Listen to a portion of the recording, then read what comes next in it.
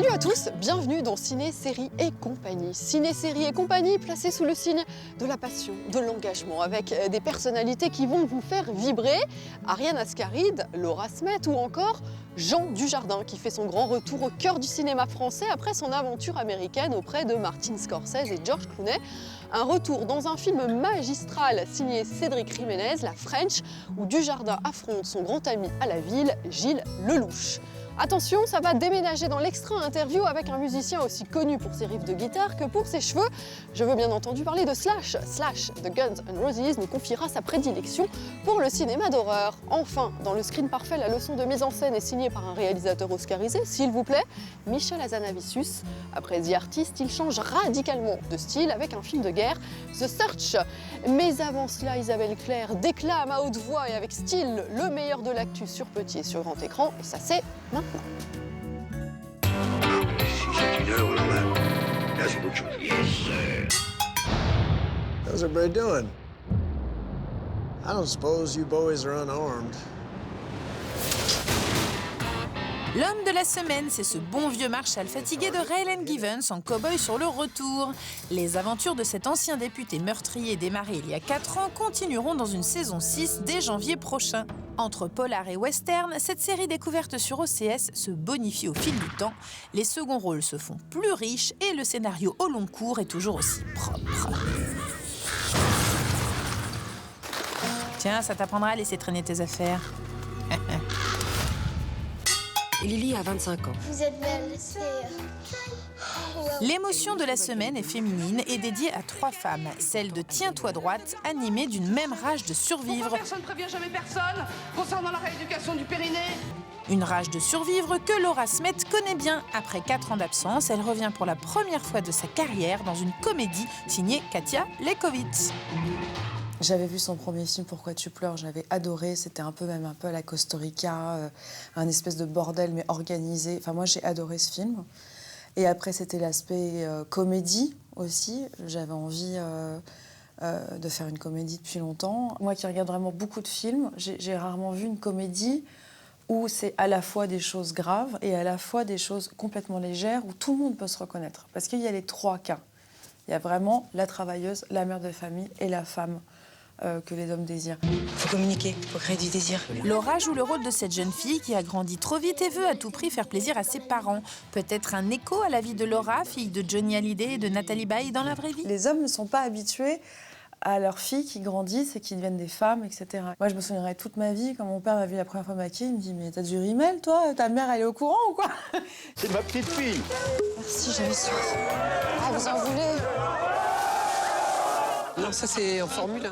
Laura Smet vient tout juste de fêter ses 31 ans. Tiens-toi droite est son 4e film de l'année et c'est un bel hommage à la femme au quotidien et à toutes celles qui vivent en elle. Respire. Le rendez-vous de la semaine se résume en une paire de cornes reconnaissables entre toutes. Presque 100% d'audience tous les soirs pour cette première icône manga apparue un soir de juillet 1978 dans Récréa 2. Bon, en même temps, il n'y avait que 3 chaînes télé, d'accord. Un des photographes qu'on a à la galerie avait créé un masque de Goldorak façon bois africain. Et autour de ça, on a rassemblé des illustrateurs, puis des sculpteurs. Et finalement, on a décidé de faire une exposition sur le thème de Goldorak et sa réinterprétation par une quinzaine d'artistes différents. Vive la pop culture nippone qui inspire les artistes et maintient le chevalier des temps nouveaux pour toujours dans nos cœurs. Actarus. Ne quittez pas, dans quelques instants, un film d'utilité publique sur fond d'école et de transmission avec la merveilleuse Ariane Ascaride.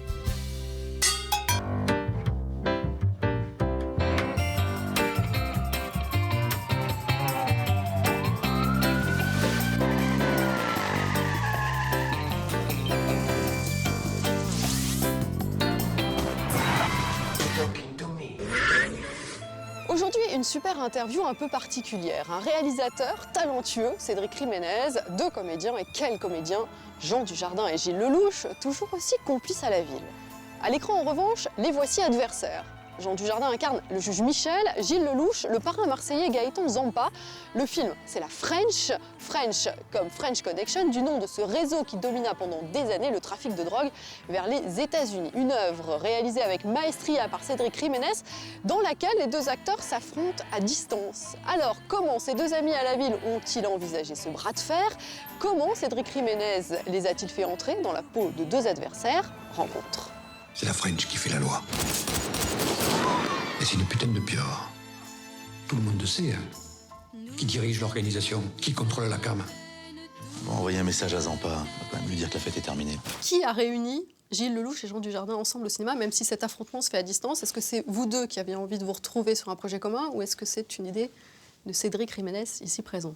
Je l'ai pensé en écrivant le scénario, donc le moment où j'ai voulu, où j'ai espéré que Gilles et Jean interprètent le juge et Gaëtan Zampa, il n'était même pas au courant du projet. Bang, bang, je ne l'oublierai pas. Et que ce soit le juge Michel ou Gaëtan Zampa avaient des personnalités très importantes, des caractères très forts. Les deux avaient beaucoup de charisme, une aura très imposante sur leur entourage et une vie très dense, donc et très complexe. Donc j'avais besoin de retrouver tout ça chez des acteurs. Bonjour, je suis juge Michel. Vous, alors, ce que ça peut me foutre? Moi, je vais vous coller le maximum. On lui a fait un petit procès à ce scénar. Désolé. Procès d'intention. Procès d'intention. Et c'est pas contre toi. Non, on a eu peur du genre du polar. On a eu peur du méchant tout noir et du gentil tout blanc. Tout beige. Beige, ce qui est pire. Beige. Tu vois, beige. Rien, quoi. Ni blanc, ni jaune. Bang, bang, je ne l'oublierai pas. Ben, en fait, c'était pas ça. Évidemment, c'était pas ça. Et on s'en est rendu compte à la lecture. Gilles a commencé avant moi. Et m'a dit, donc, t'as lu un peu, là, il se passe un truc quand même. Il se passe quelque chose. Et effectivement, page 5, page 10, jusqu'à la page 100, on se dit, oh là, il s'est passé beaucoup de choses. Il faut absolument rencontrer ce mec. Et là, ce mec, il transpire Marseille. Il vous en parle tellement bien, il est habité par ça. Donc, il y avait deux bonnes raisons pour y aller, quoi. Il y a une question qui me travaille depuis longtemps. Ah ben, allez-y, si je peux aider un juge. Votre prénom de naissance, c'est André. Pourquoi tout le milieu vous appelle Robert? Pourquoi le milieu m'appelle Robert? Parce que je n'ai pas le père. De scène. Ouais, j'avais compris, mais... Est-ce qu'après vous vous êtes retrouvés, même si vous n'avez qu'une scène ensemble, pour travailler l'un par rapport à l'autre, ou au contraire, vous avez mis de la distance, vous n'avez pas du tout pensé à l'autre dans le personnage? Non, c'était... Confiance. Ouais. C'était confiance et puis surtout... Confiance et peut-être curiosité, non? Oui, mais la curiosité, enfin je veux dire, on n'a pas de leçons à se donner ou de conseils à se donner. Bang, bang, je ne l'oublierai pas. J'étais absolument persuadé que le juge Michel allait aller à Jean comme un gant, quoi. Vraiment, je trouve que c'est un personnage qui lui va très bien, pour plein de raisons. Qui sont que voilà, une sorte de droiture morale, plutôt un côté solaire et fonceur qu'avait certainement le juge Michel et qu'il a en commun avec... mais en même temps, c'est complètement débile de faire des parallèles entre la fiction et la réalité. Ce sont des rôles, des personnages. Mais j'avais envie d'être curieux du travail qu'allait faire Jean et de le découvrir, surtout. Pas de l'entendre avant. Tout le monde veut votre peau. Vous allez savoir pourquoi j'ai pas peur, si vous avez peur. Cette scène en commun qu'on a dans le film, on l'appréhendait beaucoup, on se disait comment on va y arriver, parce qu'on est quand même très chambreur et très, voilà, on a tendance à plutôt rire qu'autre chose, donc on avait peur de ne pas se prendre au sérieux dans notre fonction. Et puis en fait, c'était tout le contraire. Je suis sûr que la nuit, vous dormez avec un œil ouvert. T'as l'écran. Il vaut mieux qu'on se croise pas tous les deux. Et c'est justement parce qu'on ne s'est pas trop parlé des scènes qu'on avait pu faire chacun de notre côté, qu'on est arrivé fort de nos expériences, qu'on a fait cette scène au milieu du tournage. Donc on était déjà très impliqués dans nos personnages, on commençait à les tenir, on commençait à être vraiment dans l'histoire, on était très concentrés, oui. On n'était pas potes du tout ce jour-là.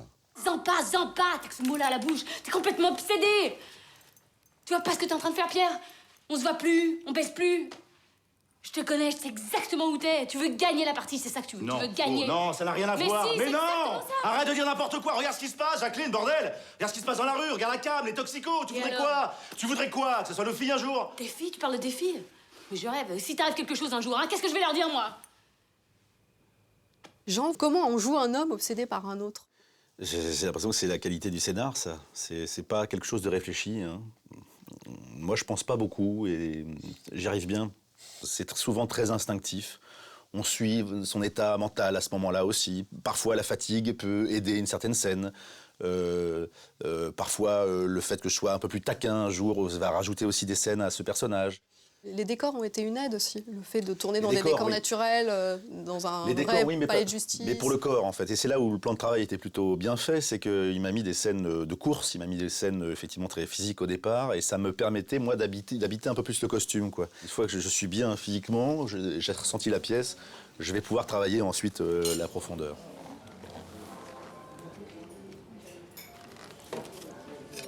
C'est quoi, c'est la part du gâteau? C'est ça. Oui. C'est la part du gâteau. C'est pour les enfants. Ils aiment bien les gâteaux, les enfants. Comment vous avez envie de filmer Gilles? Comment vous avez envie de filmer Jean? Jean, effectivement, dans la fonction, j'avais envie de le mettre toujours très au centre de l'image.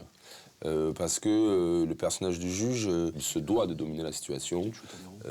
Donc tout le temps très centré, avec beaucoup d'amorces, pour que il soit toujours à l'image, finalement. Il y a très peu de scènes avec le juge, où même quand on filme un autre personnage, il n'est pas un peu à l'image. Et pour Zampa, il y avait évidemment cette envie d'autorité, et parfois, j'ai pas mal filmé Zampa à travers les autres personnages aussi. Dans leur regard, quand ils parlent, la réaction des autres. Ça ne dérange pas. Tu plaisantes ou quoi? C'est plaisir de te voir entrer. Mais aussi avec beaucoup de stature. Des plans peut-être moins agités qu'avec le juge, plus plantés, plus droits. Tu sais ce que c'est, les gens parlent. Hein? Qu'est-ce qu'on raconte sur moi, Tani? C'est qui l'enculé qui parle de moi? Hein? C'est qui? Chut. Calme-toi, Marc. Gilles et Jean, quel plaisir d'acteur vous avez trouvé dans ce film? À faire ces personnages. Quand je vois Jean rentrer le soir heureux, quand moi je me réveille à 5h du mat au lieu de 7h pour mon pick-up, ce qui est quand même assez rare, tellement je suis excité. On dirait un peu un vieux couple là quand même. D'aller tourner. Non. Quand je le vois le matin qui se réveille. Et... Non. Je parle de mec, je te raconte. À côté de moi, tout sourire, un souffle chaud dans mon cou. C'est vrai que... Des petits cauchemars, il aurait pu un peu t'en parler cette nuit. Non mais c'est vrai, il y a un moment donné, c'est formidable, quoi. On était très heureux, et puis mais toujours avec cette conscience d'essayer de bien faire les choses au maximum. Oui, et puis d'assumer enfin ce genre de... Enfin, dans mon cas, hein, d'assumer ce genre de personnage aussi. C'est-à-dire, voilà, j'ai l'âge pour... ne loupe pas le train, prends-le, assume-le, sois un homme, pour une fois.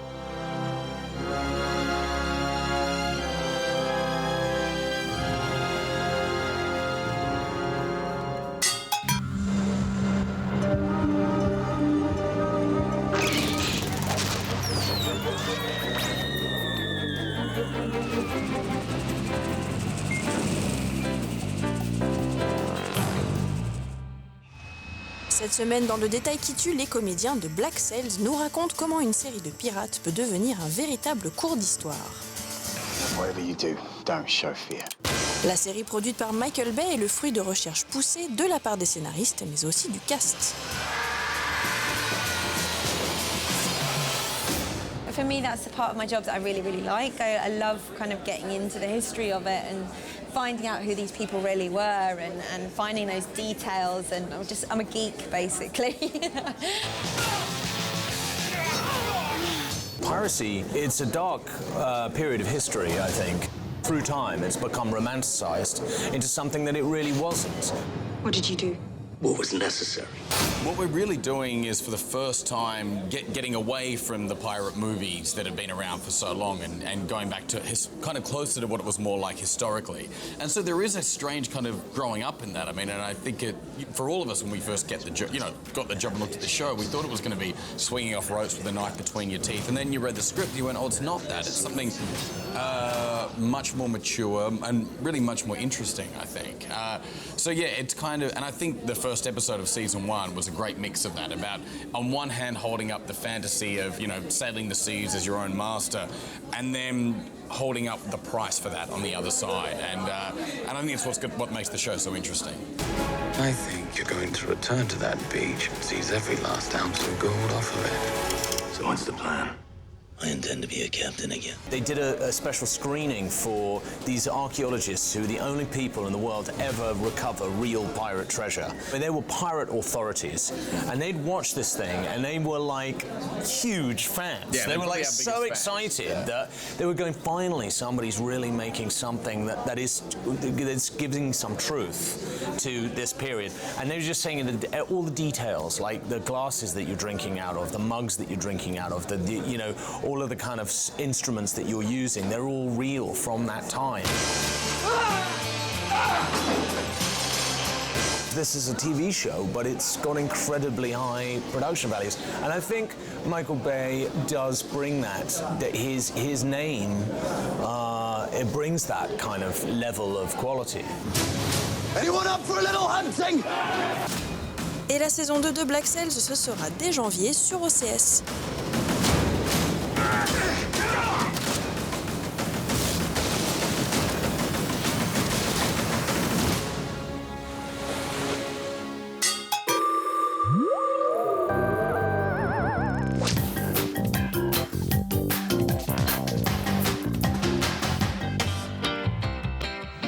Chaque semaine, dans l'Extra Interview, nous rencontrons une personnalité qui n'appartient pas au monde du cinéma ou de la série, mais qui adore ça.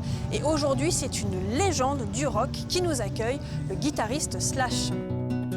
Après les Guns N' Roses et Velvet Revolver, c'est avec Myles Kennedy que Slash remplit le Zénith 2 soirs de suite. Et il nous parle de son amour pour le bon cinéma d'horreur et les zombies de The Walking Dead. Nous l'avons rencontré à quelques heures de son concert parisien.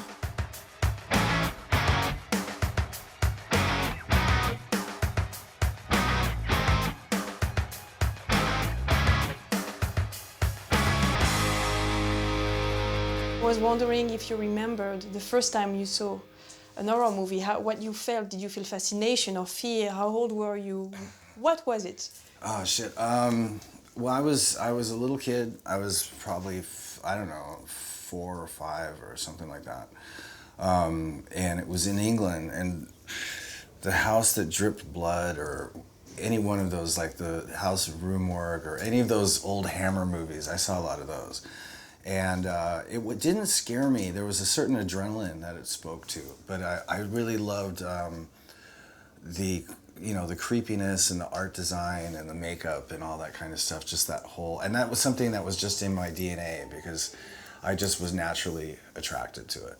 And yeah, so that just started this whole fascination with horror and certain kinds of science fiction, anything that had monsters in it, you know, and villains and whatnot. And then when I moved to the States, then, you know, I saw like Rosemary's Baby, and I saw The Exorcist, and I saw Night of the Living Dead, and I saw The Wicker Man, and, you know, and all the different movies that were coming out, you know, Alien eventually, and, you know, any John Carpenter movies, and blah, blah, blah, you know. So something I never grew out of.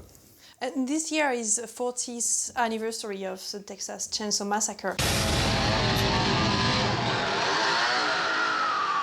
And we did an interview with Toby Hooper a few weeks ago, and he said something I've read you say, which was in the 70s, from this movie, there was something that you loved in this genre, which was taking the genre seriously. You know, making horror movie that could be clever, deep, with the backstories to the character. Is it something that you miss nowadays? Yeah, there's I don't know, there was a certain kind of intellectual something that early horror movies had that seems to have been depleting pretty quickly over the years. Like in the 50s, 60s, and 70s, I won't get into the old horror movies, but people took them very seriously as great stories, you know. You know, people were really putting a lot of time and effort into developing all these characters and developing the story, and the scary parts of it were in the story. It was in the psychological aspect of it. And you know, sure, some of them had gore and this and that and the other to sort of really sort of give you an idea of what was happening, something very graphic. But I think what happened is in the late 70s and the 80s, when you had like Freddy Krueger and you had Mike Myers and Jason and all that kind of stuff, and they turned into these franchises, a lot of kids were going down there and you were just looking for the shock value. Yeah. And I guess it became easy just to make movies without spending too much time on the story. Of course, all the characters are disposable. And it just became a thing that was making a lot of money, and so all the studios followed that direction. So what I've been trying to do is like get into a thing where I can try and bring back more of the psychological scares and to really get into developing the story more and making characters that are that you feel something for, some sympathy or something, you know. So this is something you try to do with slasher films. It's like that's what I'm trying to get in. I mean, I've done one movie already, and it was along the lines of trying to make a slow burn that got scary towards the end, but you started to really sort of become interested in the characters a little bit more. And it's sort of old school, like Rosemary's Baby, where it takes a long time before anything happens. Very sort of old school.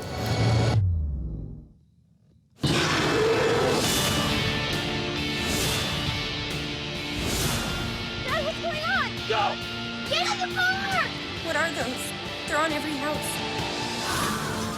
In what way does this cinema or any cinema do you feel shaped or influence the way you make music? Or is there any movies you think about while you compose? I know that subconsciously, the drama of it and sort of the melodies and the emotion that's evoked by certain feel, you know, has always had an influence on me musically. I think that's where long introductions to songs come from and building things, you know.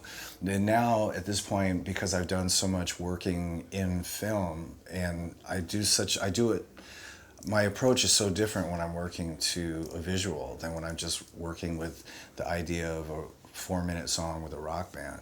And so I've started to try and use this part of my brain that writes for music and sort of get that to influence my band sort of writing style.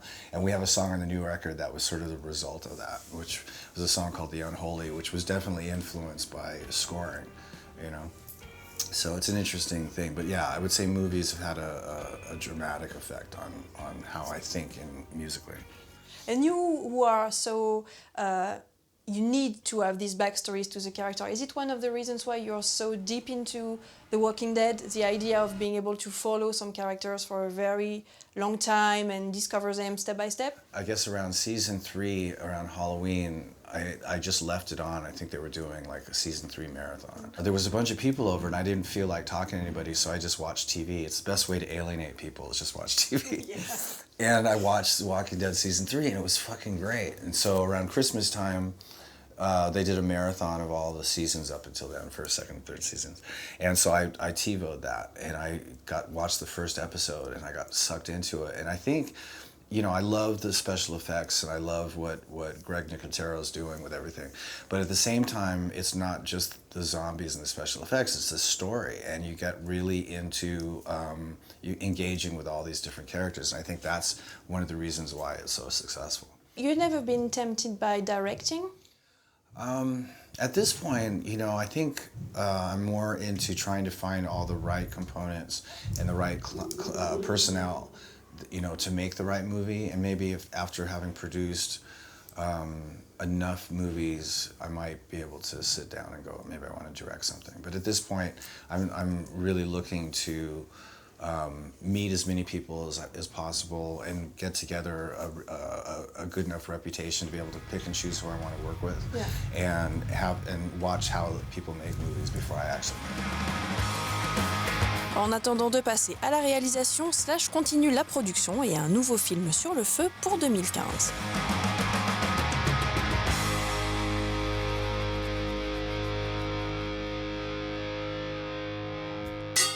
Dans un instant, vous avez rendez-vous avec le screen parfait pour une leçon de mise en scène signée Michel Hazanavicius. Le réalisateur de OSS 117 et de The Artist signe un mélodrame sur fond de guerre en Tchétchénie et retrouve sa muse Bérénice Bejo.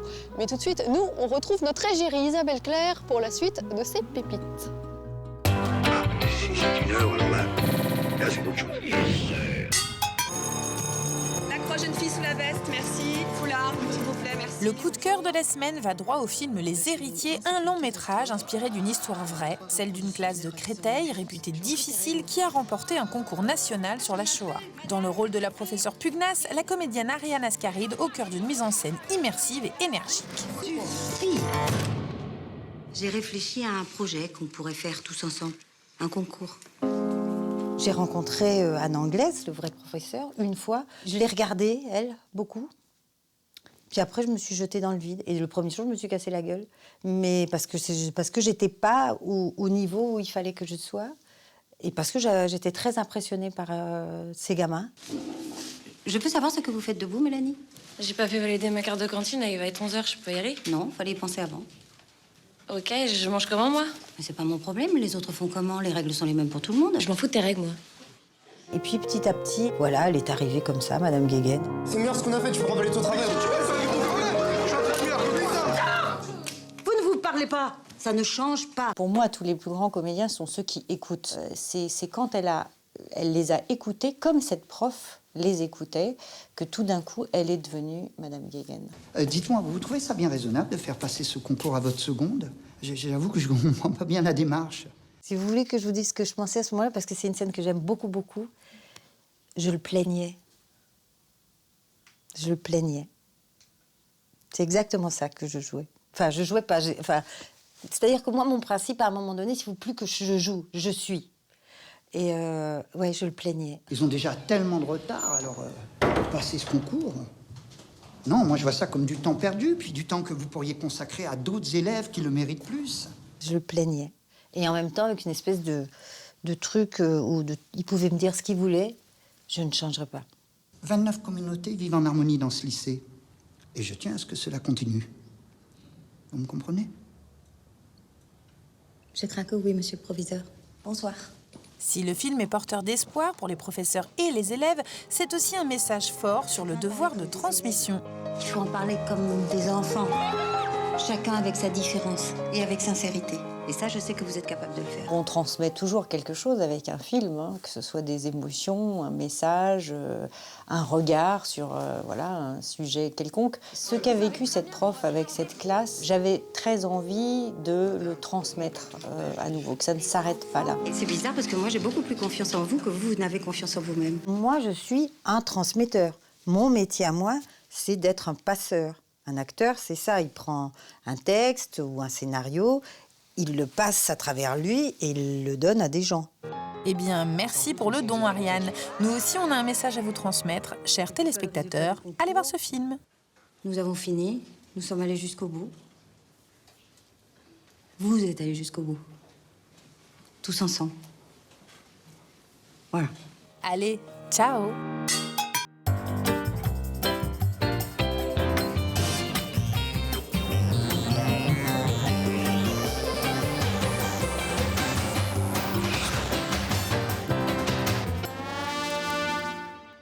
La leçon de mise en scène, aujourd'hui, s'intéresse à un genre, le film de guerre, à l'occasion de la sortie du nouveau long-métrage de Michel Hazanavicius, The Search. Tous les grands metteurs en scène, de Hawks à Coppola, en passant par Bertrand Tavernier, ont réalisé un film de guerre.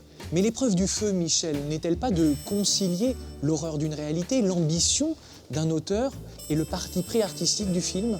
Les ambitions, elles sont d'abord raconter l'histoire d'un peuple, dont je ne fais pas partie, donc c'est une ambition lourde, c'est une responsabilité lourde, qui pose derrière des questions aussi bien morales et politiques et qui se transforment en questions cinématographiques derrière.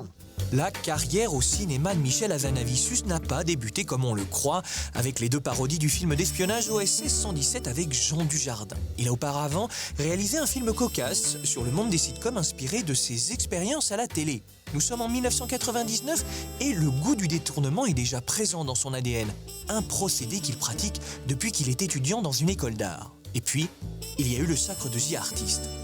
Après 3 films inspirés d'histoires fausses, il revient au réel avec une histoire qui se passe pendant la Seconde Guerre de Tchétchénie. L'odyssée d'un petit garçon au milieu d'un pays en ruine qui n'est pas sans nous rappeler l'inoubliable film de Rossellini. Comme pour son illustre confrère, la tragique beauté de ce récit éclaire l'âme d'une époque. Це ваш ліп, 600. is she? What should the European Union be doing first? Everything is urgent. The people need everything. Tu veux venir? Michel, vous m'avez toujours dit, lorsqu'on s'est rencontrés, que chaque film était une promesse. Pour SS, c'était la promesse de faire rire. Pour The Artist, la promesse, c'était celle d'émouvoir. Pour The Search, quelle est la promesse? Je dirais que c'est toucher du doigt la réalité d'une guerre moderne. Est-ce que l'écueil, c'est d'éviter le spectaculaire? J'ai essayé de créer un spectacle beaucoup plus intimiste dans des situations qui pourraient facilement être, qui sont très cinégéniques et qui pourraient facilement vous détourner de ce que, enfin, en tout cas, me détourner de ce que je voulais raconter.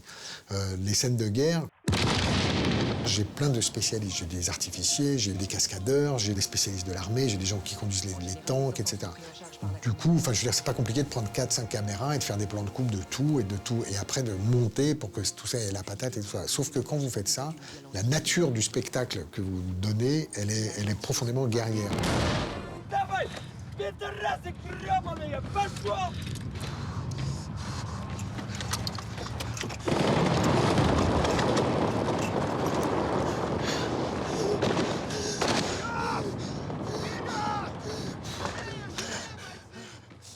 Vous tournez ce plan en séquence d'1 minute 54. Pourquoi ce choix dans votre mise en scène?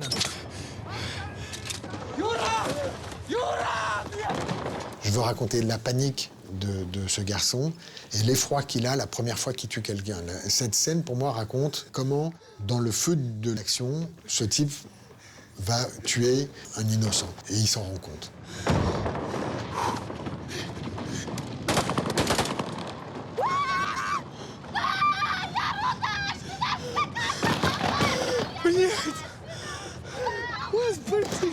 Plutôt que de mettre 5 caméras et de tout filmer, etc., j'ai voulu rester au plus proche de lui. Il y a un travail aussi sur le mixage qu'on a fait avec Gérard Lanz, où le son de son souffle, de sa respiration comment dire, en panique est très importante parce qu'elle nous donne une proximité comme ça avec le personnage.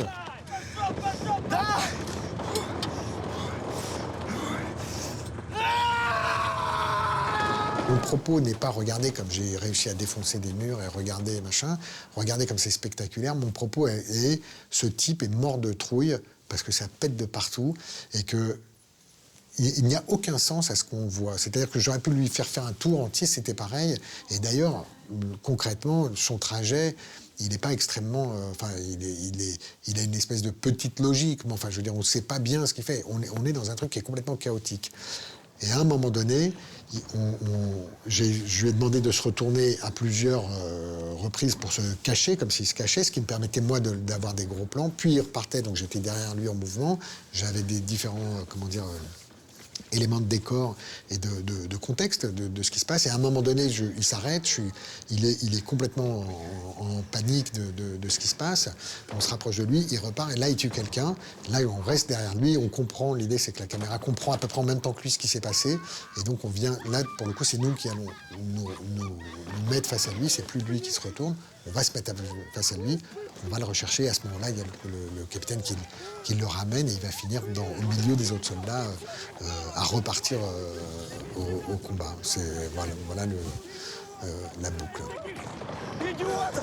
Au moment de préparer Apocalypse Now, Francis Coppola raconte qu'à la lecture du premier scénario de John Milius, qui est tiré de, chacun sait, Joseph Conrad, The Heart of the Darkness, il disait « J'ai compris que l'histoire ne suffirait pas et que le style allait tout déterminer ». Il y a une définition, alors je ne sais pas qui a dit ça, mais je la trouve pas mal. C'est le style, c'est quand le fond remonte à la surface. Et je trouve ça pas mal dans le sens où et à un moment donné, c'est quand les choses font sens. Moi, en ce qui me concerne, je crois que les films sont très différents visuellement. J'essaie à chaque fois pour un sujet donné de trouver la forme la mieux adaptée pour coller à la raison d'être première du film. La dernière question, c'est un rituel, Michel. Oui. C'est pas la plus simple. Oui. Vous êtes prêt? Je sais pas. Pourquoi filmez-vous? Ah oui, c'est pas simple. Pourquoi filmez-vous Je sais pas, je crois que c'est vraiment le plaisir de raconter des histoires. Et je pense qu'il y a quand même quelque chose dans le procédé du cinéma qui, comment dire, qui permet une empathie hyper forte avec des personnages. Voilà. Et après, quand vous êtes celui qui filme, les combinaisons et les possibilités de tout ce que vous pouvez fabriquer juste avec le filmage et tout ce que vous pouvez mettre en place comme dispositif, c'est absolument passionnant.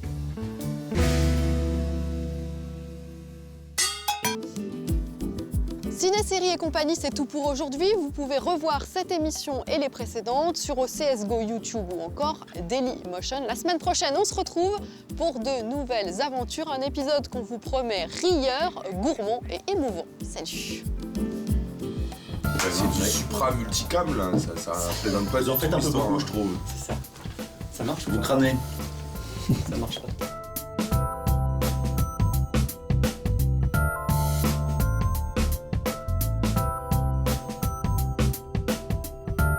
Voilà, ça y est, ils sont au bout du rouleau là. Et voilà. Alors on va lui laisser le temps de se remettre. Je le loupe jamais, t'as vu? Je prends le train tout de suite quoi.